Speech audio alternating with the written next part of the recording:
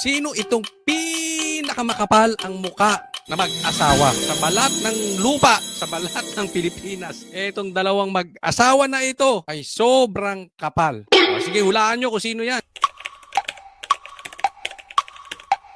Ito po ang mag-asawang Tambaluslos, Tamba Yeda. Wala na ba kayong gagawing mabuti sa bayan natin? Napakasakim, walang delikadesa. Kahit sino, kahit estudyante, alam na 3 beses lang na sunod-sunod ka pwedeng maging congressman. Aba, anong ginawa nitong mag-asawa na to? Pinalusutan. Pang-4 na po ito. Wow. Napaka-abusado talaga.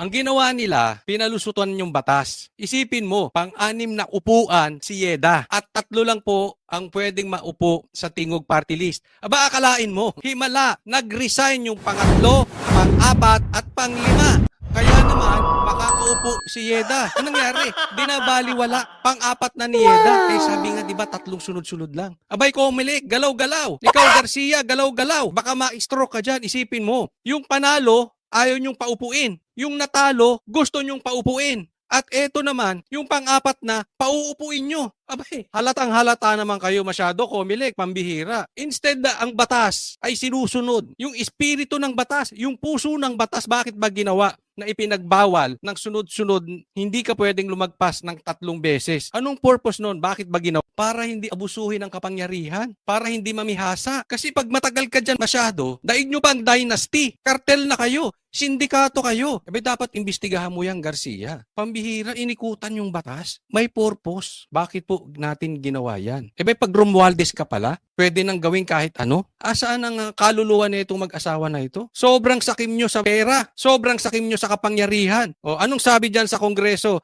Na doble yung budget ngayong 2025. From 16 billion, naging 33 billion. O, ayan ba hinahabol mo, Yeda? Isipin mo sa Tingog Party List, anak mo nakaupo, asawa mo nakaupo. O, tapos ikaw, congressman ka rin. Di 3 na kayo. May pambihira. Talaga naman. Pag ikaw pa naman ay hindi nahiya sa balat mo, may something sa'yo. At pag hindi naman nagising ang mga Pilipino dito, kayo mga congressman, alam nyo namang mali yung ginagawa. Iboboto nyo pa ba yan? Susuportahan nyo pa ba maging Speaker of the House yan? Pati kayo hinawakan ng liig. Wag naman kayo magpagamit ng todo dyan. Kumuha naman kayo kahit sino na lang. Wag na yan si Romualdez. Gusto lahat ng posisyon eh. Kulang na lang bigyan pati yung katulong, pati driver niya bigyan ng posisyon para makamkam. Di umano ang lahat ng kapangyarihan at kapeperahan dito sa bansang Pilipinas. Niloloko nyo taong bayan. Sobrang scripted yan. Sino maniniwala? Sabay-sabay. Hindi natin alam kung tinanggal